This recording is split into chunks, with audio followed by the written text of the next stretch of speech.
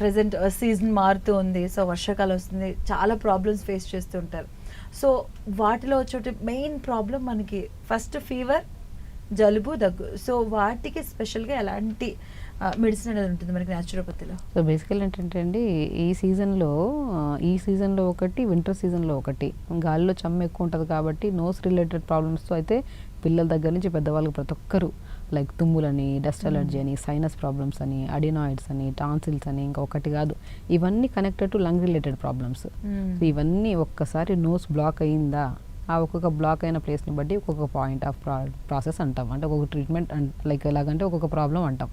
Like ఇప్పుడు మనకి sinus ఉందంటే అందరికి ఒకే టైప్స్ ఆఫ్ సైనస్ ఉండదు. 4 టైప్స్ ఆఫ్ సైనస్ ఉంటాయి. లైక్ ఫ్రాంటల్ సైనస్ అని, మ్యాగ్జిలరీ సైనస్ అని, ఎథిమాయిడల్ సైనస్ అని, స్పీనాయిడల్ సైనస్ అని ఉంటుంది.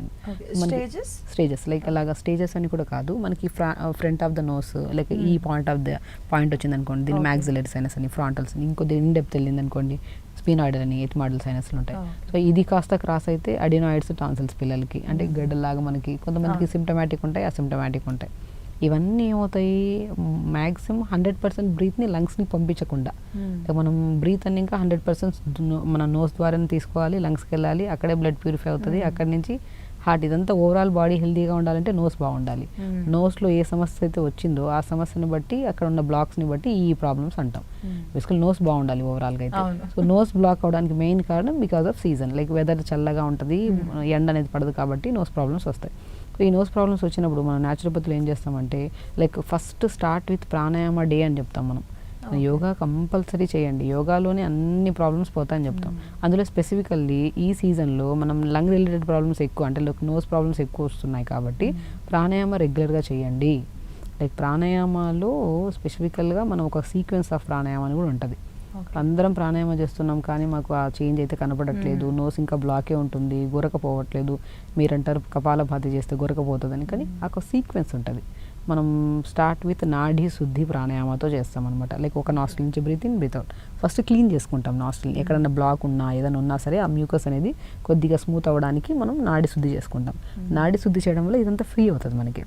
దాని తర్వాత మనం అనులోమ విలోమ చేస్తాం. లైక్ ఒక లాంగ్ బ్రీత్ తీసుకొని కంప్లీట్ ముక్కుని క్లోజ్ చేసి లెఫ్ట్ ఓపెన్ చేసి బ్రీత్ అవుట్ చేస్తాం.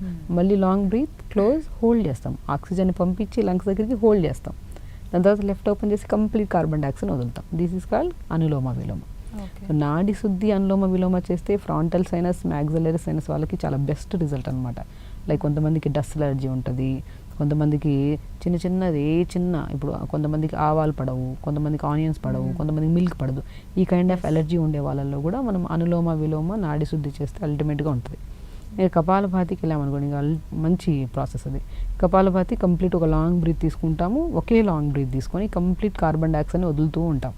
లైక్ అలా కంప్లీట్గా, అంటే మనకి ఎప్పుడైతే కార్బన్ డైఆక్సైడ్ లెవెల్స్ ఎక్కువ అక్యుములేట్ అయిపోతాయో నోస్ ప్రాబ్లమ్స్ పక్కన పెట్టండి, బీపీ రావడము, షుగర్లు రావడము, ఇవన్నీ కైండ్ ఆఫ్ ఇష్యూస్ రావడానికి కూడా కారణం.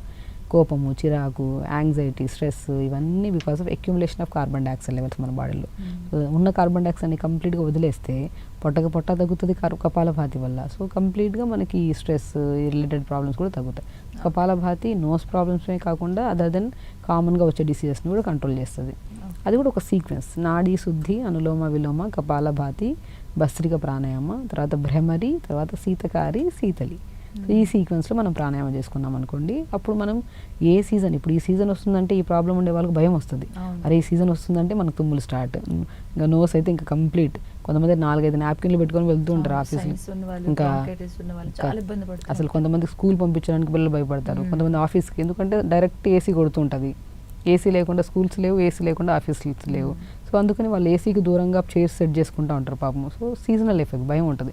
సో అది మనకు సీజన్ వచ్చినప్పుడు బాధపడే బదులు ముందు నుంచి ప్రికాషనరీ మెజర్స్ మనం ప్రాణాయామం చేసుకుంటా ఉన్నాం అనుకోండి, సో బెస్ట్ వే అంతే.